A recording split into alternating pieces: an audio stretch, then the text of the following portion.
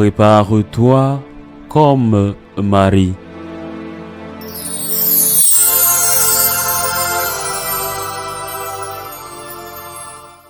En ce temps-là, l'ange Gabriel fut envoyé par Dieu dans une ville de Galilée appelée Nazareth à une jeune fille vierge accordée en mariage à un homme de la maison de David appelé Joseph. Et le nom de la jeune fille était Marie. L'ange entra chez elle et dit: Je te salue, comblée de grâce, le Seigneur est avec toi. À cette parole, elle fut toute bouleversée et elle se demandait ce que pouvait signifier cette salutation. L'ange lui dit alors: Sois sans crainte, Marie, car tu as trouvé grâce auprès de Dieu. Voici que tu vas concevoir et enfanter un fils. Tu lui donneras le nom de Jésus. Il sera grand, il sera appelé Fils du Très-Haut. Le Seigneur Dieu lui donnera le trône de David son père. Il régnera pour toujours sur la maison de Jacob, et son règne n'aura pas de fin. Marie dit à l'ange: Comment cela va-t-il se faire puisque je ne connais pas d'homme? L'ange lui répondit: L'Esprit Saint viendra sur toi et la puissance du Très-Haut te prendra sous son ombre. C'est pourquoi celui qui va naître sera saint. Il sera appelé Fils de Dieu. Or, voici que dans sa vieillesse, Élisabeth, ta parenté, a conçu elle aussi un fils et en est à son 6e mois, alors qu'on l'appelait la femme stérile, car rien n'est impossible à Dieu. Marie dit alors: Voici la servante du Seigneur, que tout m'advienne selon ta parole. Alors l'ange la quitta. Acclamons la parole de Dieu.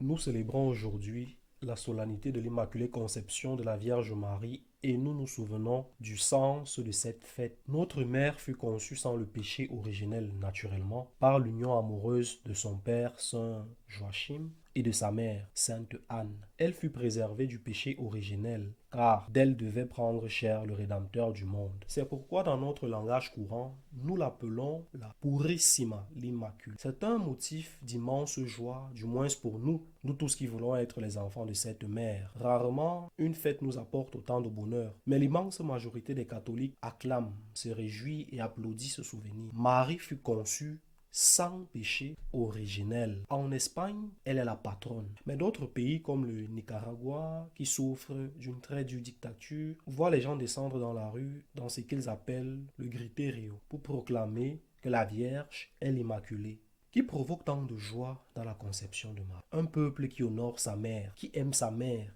et qui défend sa mère. La première chose que je veux rappeler, c'est que les 4 dogmes mariaux, Mère de Dieu, virginité perpétuelle, conception immaculée et le dernier des dogmes approuvés, l'Assomption de Marie au ciel, ont été gagnés par le peuple au milieu des luttes. Tous les 4. C'est le peuple, ce sensus fidelium, le sens des fidèles, qui dit: elle est immaculée. Comment aurait-elle pu avoir le péché originel, celle de qui le Verbe devait prendre chair pour se faire homme? Elle est immaculée. C'est le peuple qui a dit, proclamé à Éphèse lors de ce concile: elle est la mère de Dieu. C'est le peuple qui dit, éternellement vierge avant, pendant et après l'enfant. C'est le peuple qui dit, elle est au ciel, corps et âme. Après la voix du peuple, parfois pendant des siècles, ce dogme de l'Immaculée est probablement celui qui a mis le plus de temps à être proclamé après sa reconnaissance populaire. On rencontre des difficultés de la part de certains théologiens, de la part de ceux qui n'aiment pas vraiment la Vierge, d'autres qui l'aiment sincèrement, ne comprennent pas et s'y opposent simplement. Finalement, les théologiens viennent et écartent les difficultés d'idées, de pensée, de raisonnement, et le peuple triomphe lorsque Marie proclame le dogme, comme celui-ci aujourd'hui. Marie fut conçue sans péché originel.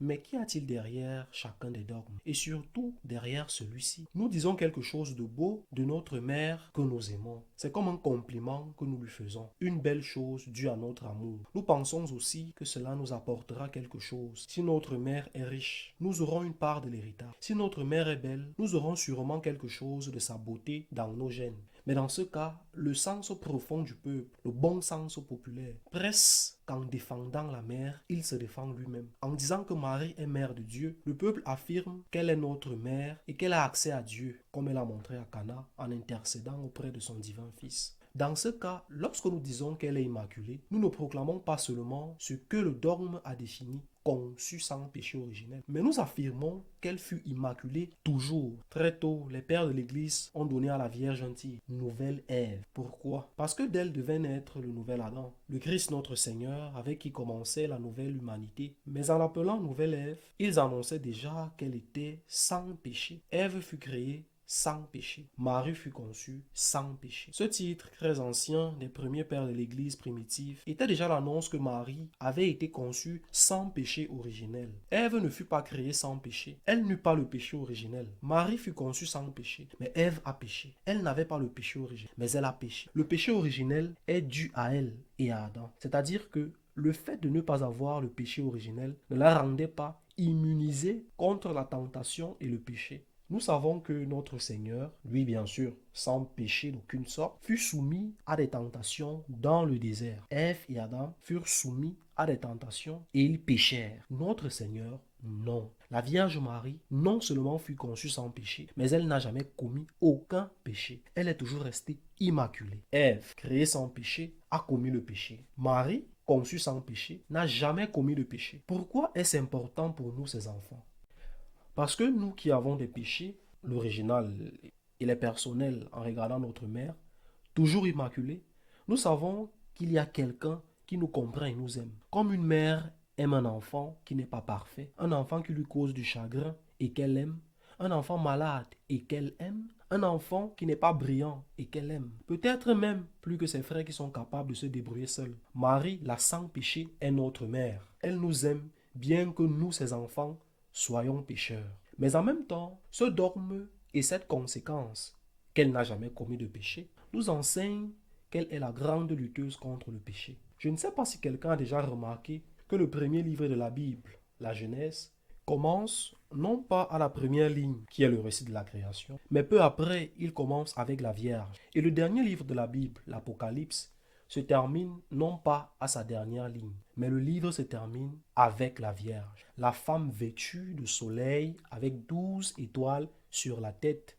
Cette femme que le démon est par-dessus tout et contre laquelle il envoie un fleuve pour la tuer. Le désert la protège et absorbe le fleuve. La femme vêtue de soleil, avec laquelle se termine le dernier livre de la Bible, et la femme qui écrase la tête du serpent, avec laquelle commence le premier livre de la Bible. Marie, c'est elle. Marie du début à la fin. Marie, celle qui écrase la tête du serpent. Marie, celle qui écrase l'ennemi primordial.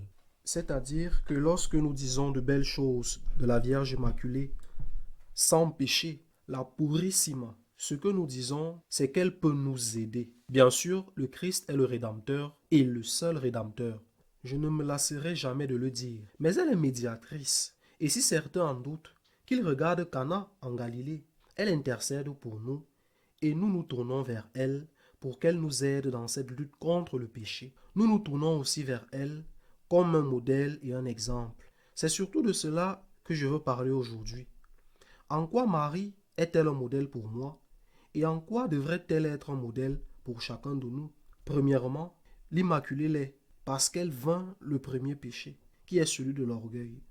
Saint Louis-Marie Grignon de Montfort a dit que Dieu s'est penché sur Marie pour sa pureté, mais s'est incarné en elle pour son humilité.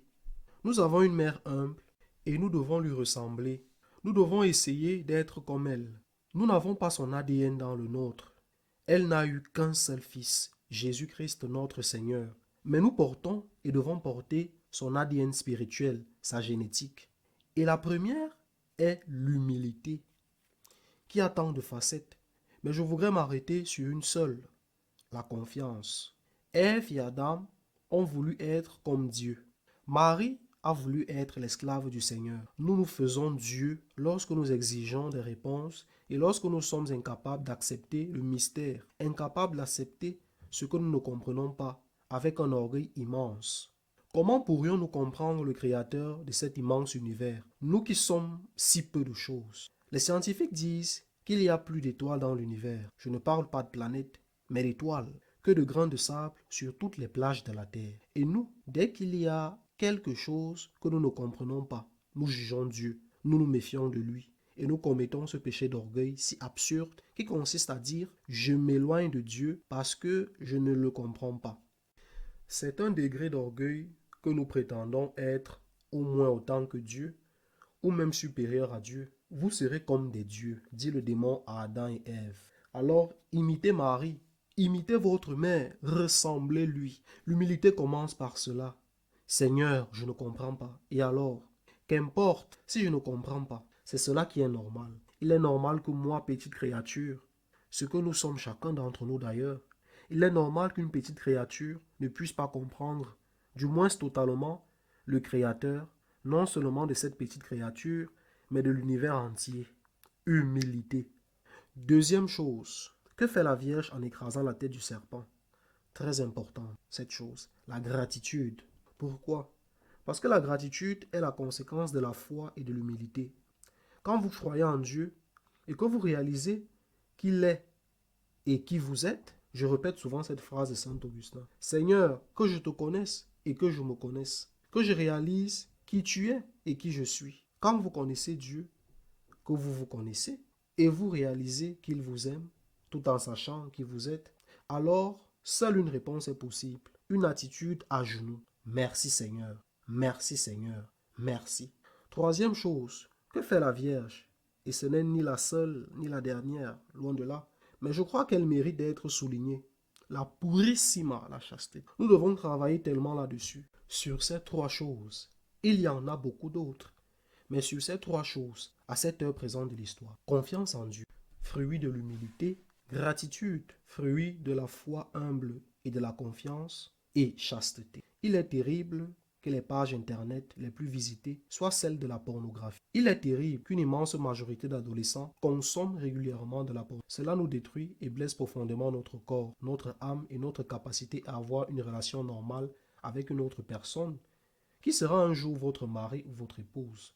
Alors aujourd'hui, jour de l'Immaculée, celle qui fut conçue sans péché, mais qui n'a jamais commis de péché, la nouvelle Ève, mais qui fut meilleure que l'ancienne Ève, parce qu'elle n'a jamais voulu être une déesse, mais seulement l'esclave du Seigneur. En ce jour glorieux où nous honorons notre mère et lui demandons de nous aider à lui ressembler, je me souviens d'une vieille chanson que chantait mon père et dont j'ai mémorisé quelques phrases quand j'étais enfant. Béni soit la branche issue du tronc. Le tronc est la Vierge, notre mère, et nous serons bénis si nous essayons de lui ressembler. Confiance, fruit de l'humilité, gratitude et lutte quotidienne pour la chasteté. Qu'il en soit ainsi.